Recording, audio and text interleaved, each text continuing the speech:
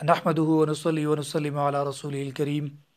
اما بعد فاعوذ بالله من الشيطان الرجيم بسم الله الرحمن الرحيم قال الله تبارك وتعالى في كتابه المجيد والفرقان الحميد وعهدنا إلى إبراهيم وإسماعيل أن طهرا بيتي للطائفين والعاكفين والركع السجود وقال الله تبارك وتعالى في موضع آخر ولا تباشروهن وأنتم عاكفون في المساجد وقالت عائشة رضي الله تعالى عنها أن النبي صلى الله عليه وسلم كان يعتكف العشر الأواخر من رمضان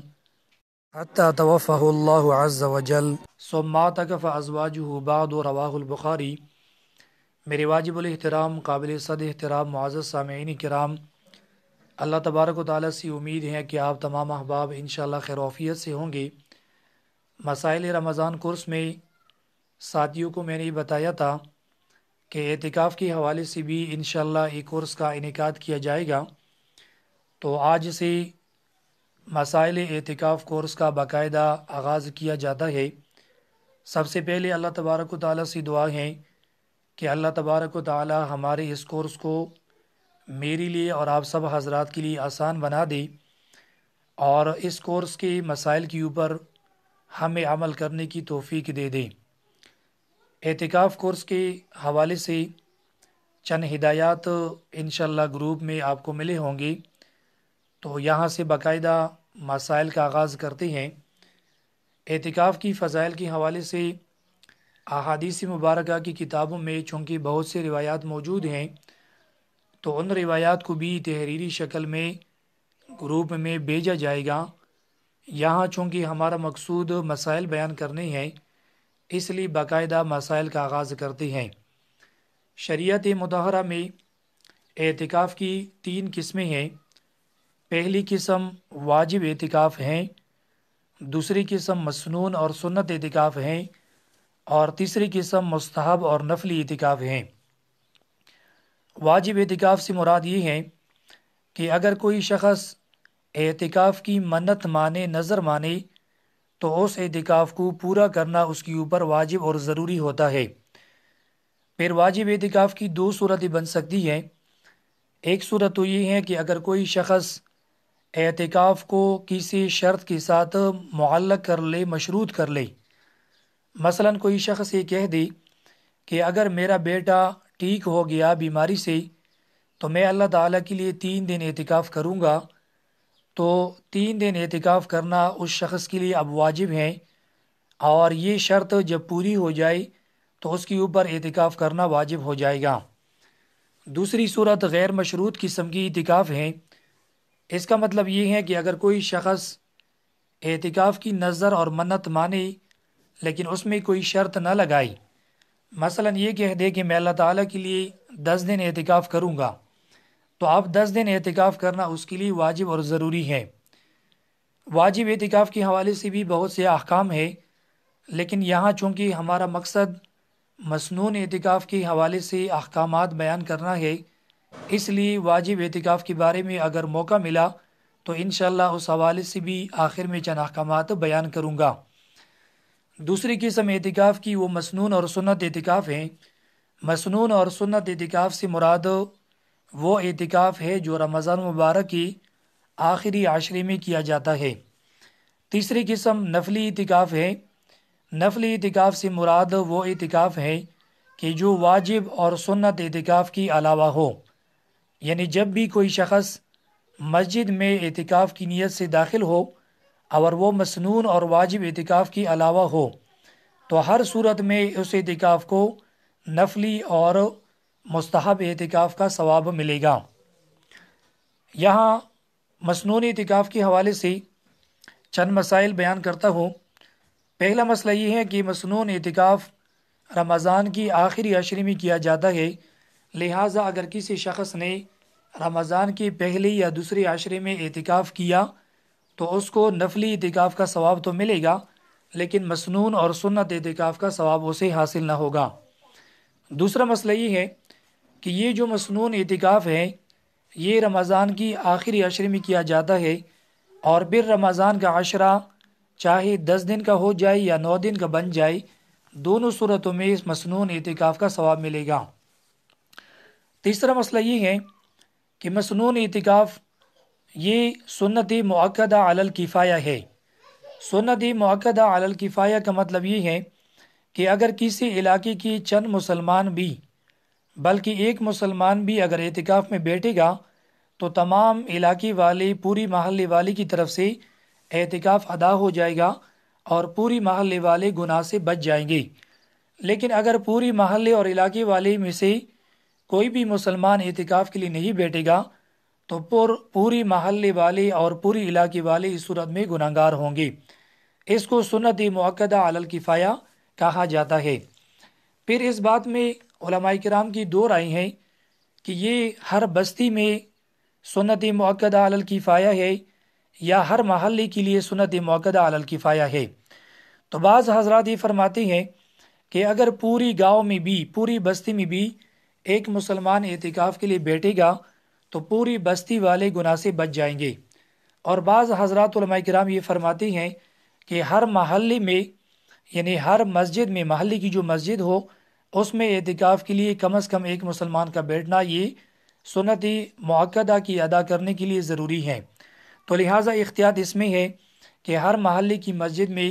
کوئی نہ کوئی مسلمان اعتکاف کے لیے بیٹھ جائے۔ اور اس حوالے سے چوتھا مسئلہ علماء کرام نے یہ بیان کیا ہے کہ اگر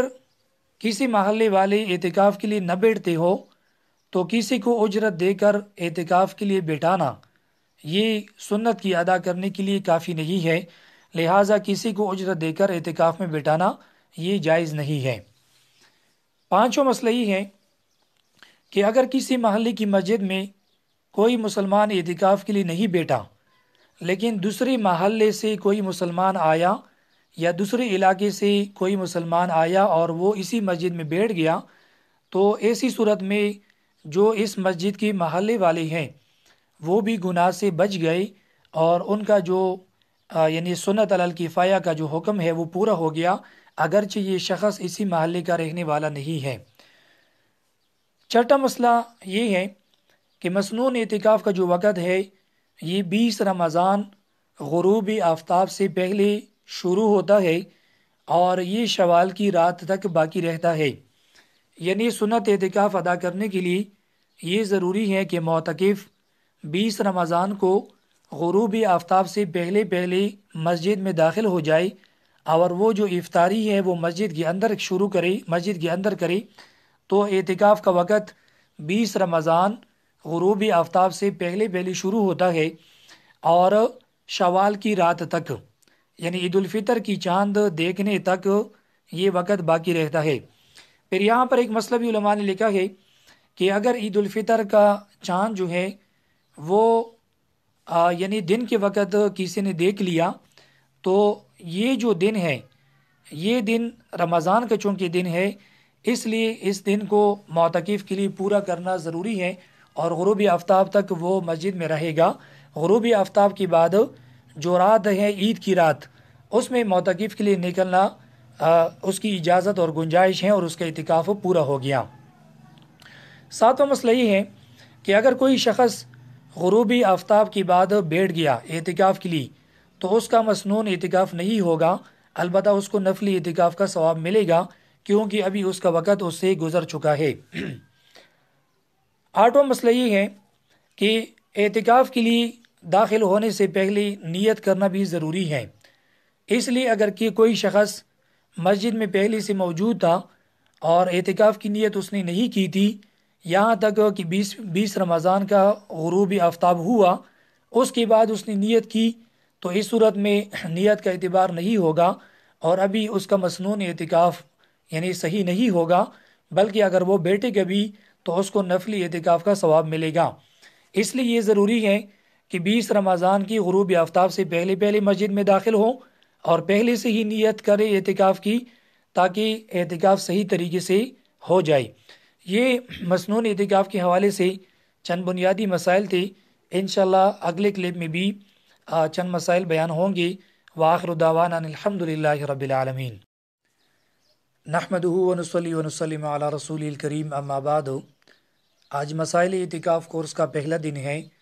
اور سبق نمبر 1 کا یہ دوسرا حصہ ہے۔ پہلے حصے میں اعتکاف کی 3 قسمیں بیان ہوئی: واجب اعتکاف، سنت اعتکاف اور نفلی اعتکاف، اور مسنون اعتکاف کے حوالے سے چند احکام بھی بیان ہوئی۔ اس حصے میں نفلی اعتکاف کے حوالے سے چند احکام بیان کرتا ہوں۔ احادیث مبارکہ میں نفلی اعتکاف کی بھی بہت سے فضائل منقول ہیں، اس لیے ان فضائل کو حاصل کرنے کے لیے ضروری ہے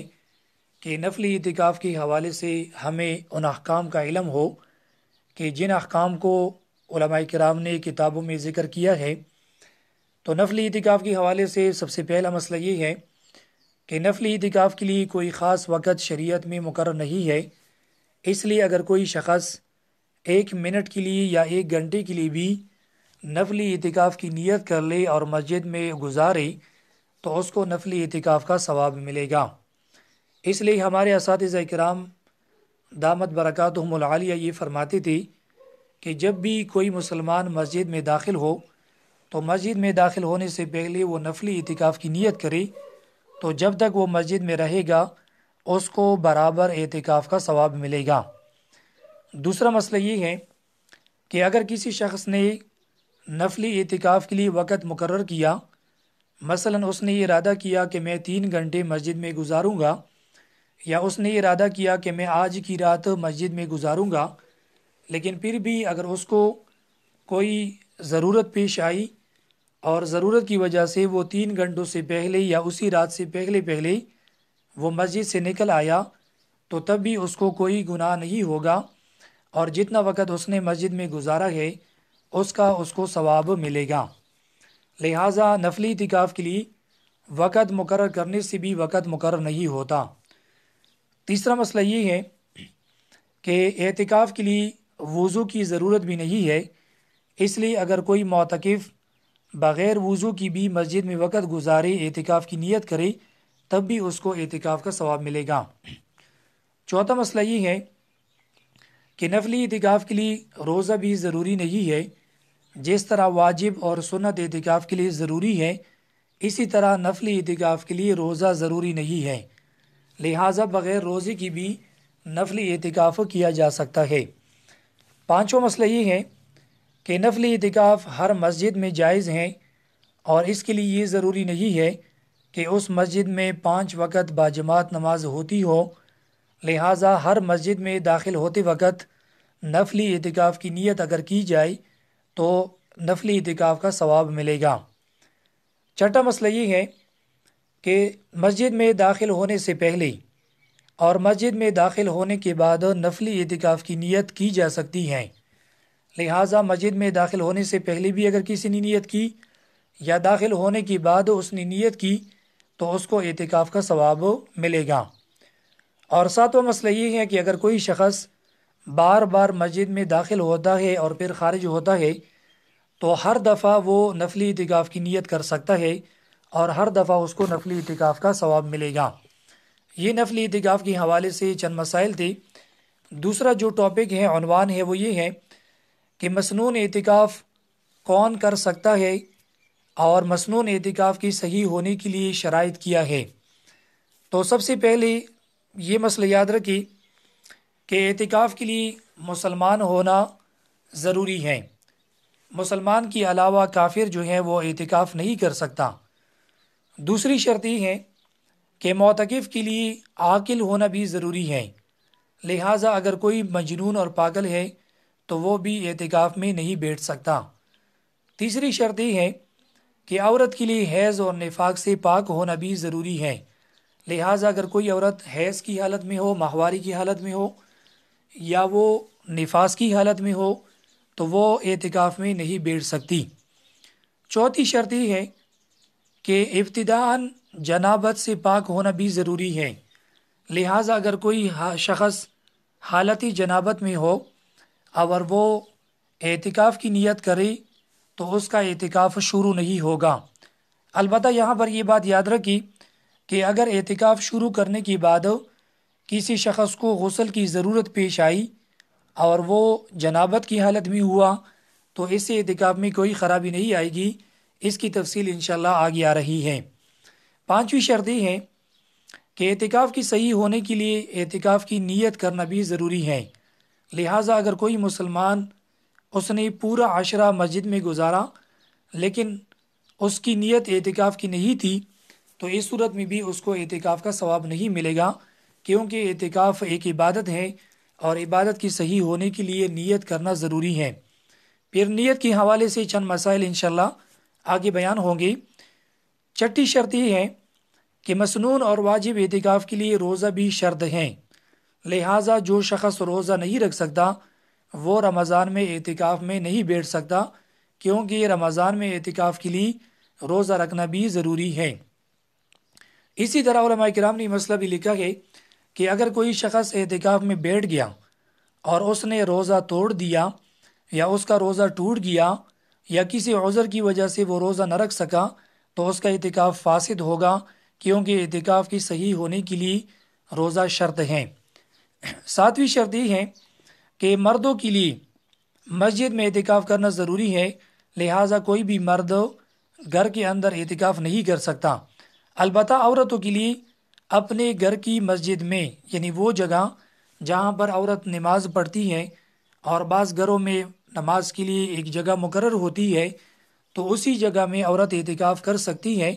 اور اگر کسی گھر میں نماز کے لیے کوئی مخصوص جگہ مقرر نہ ہو تو ایسی صورت میں عورت جو ہے اپنے لیے ایک جگہ، ایک کمرہ جو ہے وہ مخصوص کر سکتی ہے اور اس میں بھی وہ اعتکاف کر سکتی ہے۔ تو مردوں کے لیے مسجد میں اعتکاف کرنا ضروری ہے، البتہ عورتیں اپنے گھر کی مسجد میں، اپنے گھر کے کمرے میں اعتکاف کر سکتی ہیں۔ اور یہاں پر فقہاء کرام رحمہم اللہ نے ایک مسئلہ یہ بھی ذکر کیا ہے کہ جس طرح مردوں کے لیے مسجد میں اعتکاف کرنا ضروری ہے، اسی طرح اس مسجد میں 5 وقتہ باجماعت نماز کا ہونا بھی ضروری ہے۔ اکثر حضرات کے نزدیک یہ شرط ہے، جبکہ بعض علماء کرام نے لکھا ہے کہ اگر کسی مسجد میں 5 وقت باجماعت نماز نہ ہوتی ہو تو اسی مسجد میں بھی اعتکاف کی اجازت ہے، لیکن اکثر حضرات کا قول وہی ہے جو میں نے پہلے بیان کیا،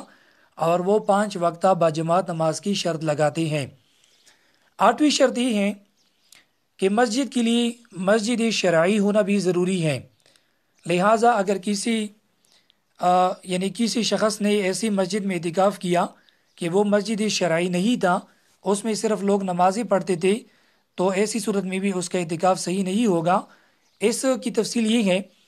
کہ بعض حجروں میں جو مالک ہوتے ہیں وہ اپنے حجرے میں نماز کے لیے کوئی جگہ مقرر کرتے ہیں اور اس میں نماز پڑھی جاتی ہے، لیکن وہ شرعی مسجد نہیں ہوتا، یعنی مسجد کے لیے وہ زمین وقف نہیں ہوتی، تو ایسی صورت میں اس میں اعتکاف کے لیے بیٹھنا جائز نہیں ہے۔ اسی طرح بعض مارکیٹ ایسے ہوتے ہیں کہ ان مارکیٹوں میں ایک جگہ نماز کے لیے مقرر ہوتی ہے لیکن وہ باقاعدہ مسجد نہیں ہوتی، اس لیے اس مصلی میں بیٹھ کر اعتکاف نہیں کیا جا سکتا۔ تو مسجد کے لیے مسجد شرعی ہونا اور وقف ہونا یہ ضروری ہے۔ پھر علماء کرام نے لکھا ہے کہ سب سے افضل اعتکاف یہ مسجد حرام میں ہے کہ کوئی شخص مسجد حرام میں اعتکاف کرے، اس کے بعد مسجد نبوی کا درجہ ہے، اور اس کے بعد مسجد اقصی اور بیت المقدس کا یعنی درجہ ہے، اور اس کے بعد جامع مسجد کا، اور اس کے بعد اپنے محلی کی مسجد کا درجہ ہے۔ اعتکاف کی صحیح ہونے کے لیے میں نے بیان کیا کہ اعتکاف کی نیت کرنا بھی ضروری ہے۔ نیت کے حوالے سے 1-2 مسئلے یاد رکھیں۔ پہلا مسئلہ یہ ہے کہ نیت کا زبان سے کرنا ضروری نہیں ہے، بلکہ دل میں اتنا ارادہ ہو کہ میں اعتکاف کے لیے بیٹھتا ہوں تو اتنا ارادہ جو ہے وہ کافی ہے۔ اسی طرح نیت کے لیے کوئی خاص الفاظ بھی شریعت میں منقول نہیں ہے۔ اسی طرح جب ایک دفعہ کوئی شخص مسنون اعتکاف کے لیے بیٹھ جائے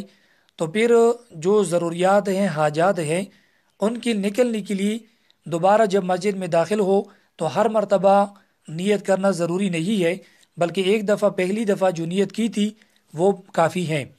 اسی طرح علماء کرام نے یہ بھی لکھا ہے کہ اگر کسی شخص نے اس طرح نیت کی